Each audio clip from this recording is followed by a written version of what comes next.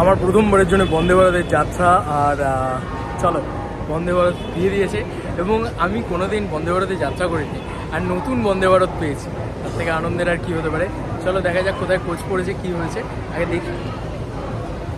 বন্দে ভারতে উঠতে গিয়েই দেখি যে খাবার অ্যালট হচ্ছে, মানে হাওড়া স্টেশন থেকেই কিছু খাবার উঠে যাচ্ছে। এবং বন্দে ভারতে এত ভালো ব্যবস্থাপনা, প্রথমত গিয়ে আমি নিজের কাণ্ড কারখানাগুলো শুরু করে দিয়েছিলাম যে কোথায় চার্জিং পয়েন্ট, কোথায় কী, এবং কোথায় তোমার খাবার জায়গাটা কীরকম, কারণ প্রথমবার উঠেছি না, তো সেই কারণে সেটা বেশ ভালো লাগছিল। এবং তারপরে অলরেডি কিন্তু জলের বোতল চলে এলো, তারপর ব্রেকফাস্ট চলে এলো, সেগুলো দেখতে পেলাম। তারপর অত সকাল সকাল তো আমার ট্রেনে ওঠার অভ্যেস নেই, তাই উঠেই আগে বিস্কুট খেতে শুরু করে দিলাম, নিজের সঙ্গে আনা বিস্কিট।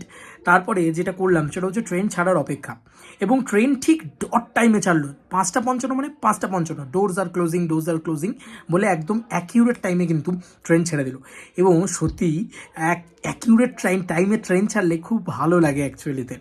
তারপরে দেখি ওমা একটার পর একটা জিনিস আসতে থাকছে, ঠিক আছে। এবং বাই বাই কলকাতা বলে হাওড়া থেকে একদম রওনা দিলাম এনজিপির উদ্দেশ্যে।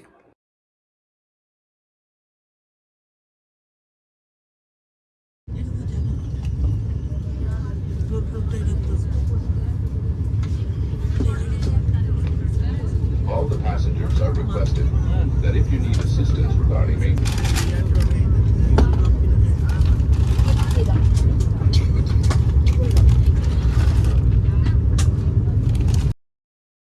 স্পিড চেক করতে গিয়ে তো আমি অবাক, 130 কিলোমিটার/আওয়ার বেগে চলছে বন্দে ভারত, ওরে বাপরে।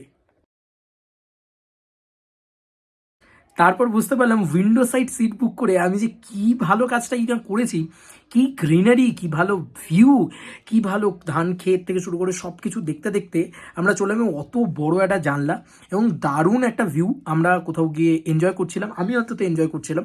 এবং তারপরে দেখলাম অলরেডি এই করতে করতে ব্রেকফাস্ট চলে এসছে, এবং ব্রেকফাস্ট দেখে তো আমি মানে এত খুশি হয়েছি, ওটা একটা আলাদা অভিজ্ঞতা যে ব্রেকফাস্ট খেতে খেতে ওরকম ভিউ দেখা, সেটা খুব সুন্দর লেগেছে। এবং অবশ্যই এই ব্রেকফাস্টে ওই কুকিজটা খুব ভালো ছিল খেতে।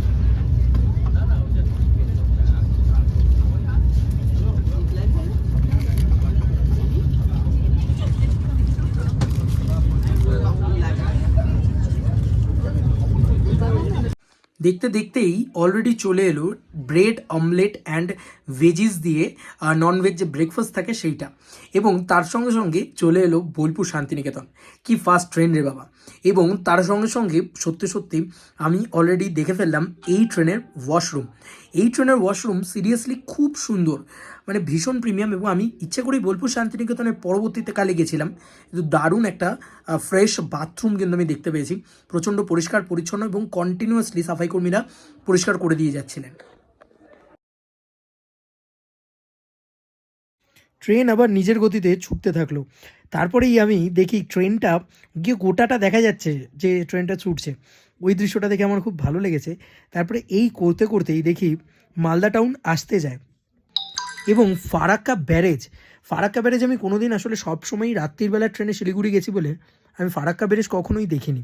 অত সুন্দর ফারাক্কা ব্যারেজ দেখলাম, এবং সেই সময় আর কি আমি আবার ওয়াশরুমে গেছিলাম, যে কারণে আর কি ফারাক্কা ব্যারেজটা আমি মানে সিটে বসে দেখতে পাইনি, আরও ভালো দৃশ্য হয়তো দেখতে পেতাম।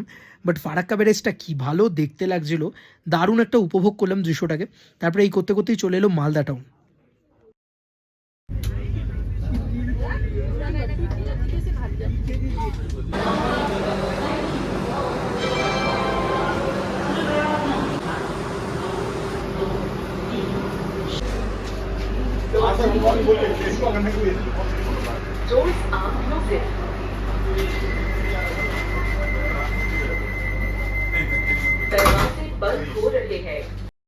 ডোরস আর ক্লোজিং বলে দরজাটা কিভাবে বন্ধ হলো দেখে তো আমি চমকে গেছি। নামতে চেষ্টা করেছিলাম, তারপরে ভাবলাম না বাবা, এটা বন্দে ভারত, তো এই এক মহা সমস্যার বিষয়। তারপরে যেই দরজাটা বন্ধ হয়ে গেল, আমি ঢুকে বসেছি যেই কামরায়, কিছুক্ষণ অপেক্ষা অবশ্যই করতে হলো। ঠিক ডট টাইমে ঢুকলো বারসই জংশন, এবং বারসই জংশন ঢুকতেই আমাদের মানে লাঞ্চ অ্যালট হলো ওখান থেকে, বারসই জংশন থেকে লাঞ্চ ওঠে, এবং ওখান থেকে উঠে আর রাখার জায়গাটাও খুব সুন্দর দেখছিলাম, মানে একদমই 93 ডিগ্রি টেম্পারেচারে রাখছে ওরা যেসব জায়গা রয়েছে। এবং বারসই জংশন থেকে আমি লাঞ্চটা পেয়ে গেলাম, এবং লাঞ্চটা দুর্দান্ত একটা লাঞ্চ ছিল, সিরিয়াসলি বলছি। মানে লাঞ্চটা আমার বেশ ভালো লেগেছে। যেমন চিকেনের কোয়ালিটি ভালো ছিল, যেরকম কারা বলে বন্দে ভারতে খাবার ভালো না, আই ডোন্ট নো, বাট যেমন চিকেনের কোয়ালিটি ভালো ছিল তেমনি ডালটা খুব সুস্বাদু খেতে ছিল। ভেজ ডাল অত ভালো আমি খাইনি, এবং বাকি সব কিছু খুব খুব ভালো ছিল, এবং প্রত্যেকটা জিনিস আমি এনজয় করে খেয়েছি। দই এবং আইসক্রিম এই দুটো একসঙ্গে দেওয়া হবে এটাই আমি ভাবতে পারিনি। এটা আমার খুব ভালো লেগেছিলো। তারপরে তো মানে এনজয় করলাম, এবং এত পরিমাণে খেয়ে ফেলেছিলাম যে রীতিমতো পরবর্তীকালে পাহাড়ে উঠতে অসুবিধা হচ্ছে। চায়ের বাগানের দেখা পেয়েই বুঝলাম যে নর্থ বেঙ্গলের আবহে প্রবেশ করে ফেলেছি। প্রবেশদ্বার হচ্ছে চা বাগান। আলুবাড়ি জংশন প্রেস মানে পেরোনোর পরেই আমরা চায়ের মানে বাগান দেখতে পেলাম এবং খুব খুশি হয়ে গেলাম।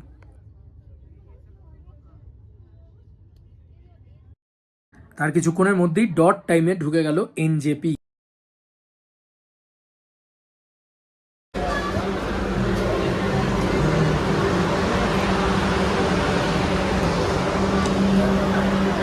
মাগো অবশেষে নেমেছি, অ্যান্ড আর একটু প্রাণ খুলে কথা বলতে পেরেছি, এই হচ্ছে ব্যাপার।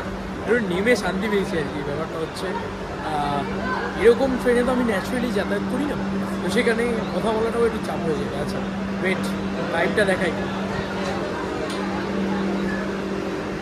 টাইম কিন্তু ডট টাইমে ঢুকেছে, বলে রাখি 1:20 ঢুকে গেছে। মানে 1:21 ঢোকার কথা, 1:20 ঢুকে গেছে, এবং 1:20 ঢোকার পরে মানে আমি বসেছিলাম ওখানে, এত লোক নামছে আর কি সুন্দর লাগছে বন্দে ভারত থেকে। দেখো মানে আমার ফার্স্ট টাইম জার্নি বন্দে ভারতে, ইটস অ্যামেজিং, দুর্দান্ত।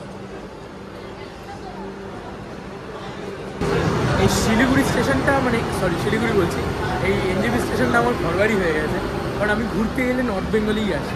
আমার খুব পছন্দের জায়গা আর কি নর্থ বেঙ্গল।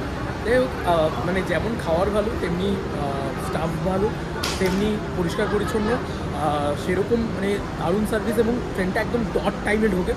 তো যারা এই ট্রেনটা করে আসবে তাদের কোনো সমস্যা হবে না, মানে ওই টাইমটাকে তোমরা মেনটেন করে চললে তোমাদের কোনো সমস্যা হবে না। যে না 1:20 যদি তুমি ধরে চলো তো 1:30 হতে পারে, সেটা তার বেশি হবে না। আর ন্যাচারালি আমি যত ট্রেন দেখেছি ম্যাক্সিমাম লেট করে 1 ঘন্টা 1.5 ঘন্টা, একদম সুপার ফাস্ট দারুণ আছে। 140 কিলোমিটার/আওয়ারে চলছিল, আমি তোমাদেরকে 130 অবধি দেখিয়েছি।